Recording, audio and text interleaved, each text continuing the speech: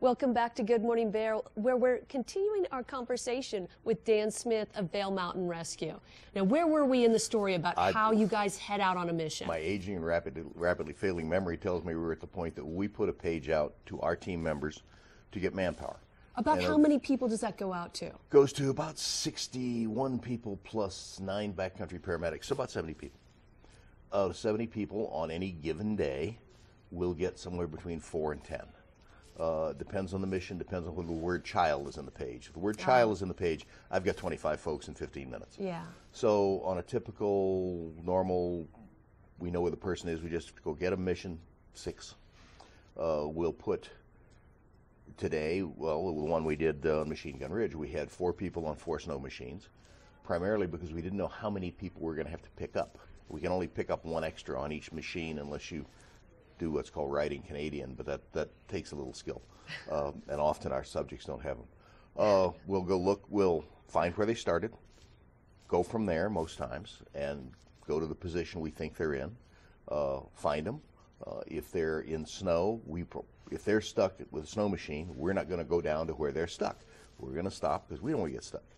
Carry pairs of snowshoes down to them, walk them back up. We're Mountain Rescue, not AAA. We don't bring your machine out. We might try if we look at it and said, yeah, I think Bradley can ride that thing out. Yeah. But mostly we're interested in the people, and we've occasionally had people say, well, no, I'm not going out without my snow machine. We'll say, well, fine, just remember, when you see our tail lights going down the road, you're seeing our tail lights going down the road. It's going to be a long, cold night. Most people, 90+%, will say thank you for getting us out, and we walk them out to wherever our machines are, give them a ride out. In summer, it's a little different. We walk them out to wherever we started and get their car for them. Since we do everything, we do crashed aircraft, we do swift water, we do crashed paragliders, we do people's horses who bucked them off. We don't get the horse out, we get the person. Horse usually gets out on his own, which can be an interesting story. We do a lot of helicopter. We're one of 4 teams in the state that can do hoisting out of helicopters. And it's a very peculiar skill, so there are only 8 people on our team that can do it. It's all this way. The National Guard wants to know that the person they're looking at on the end of that cable knows what they're doing. We do a lot of things now electronically, which we didn't used to do. It used to be 20 years ago, map and a compass.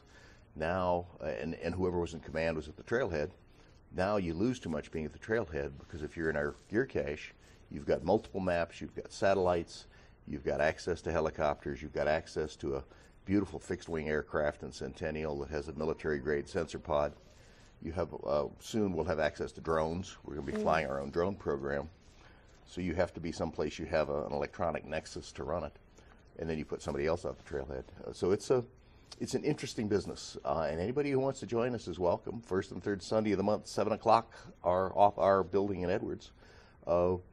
It's a quirky group, as you might surmise. People that get up at 2 in the morning are not normal. But it's a quirky group that gets together. They mesh.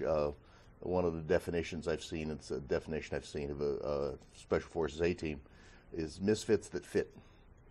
And that's what we have.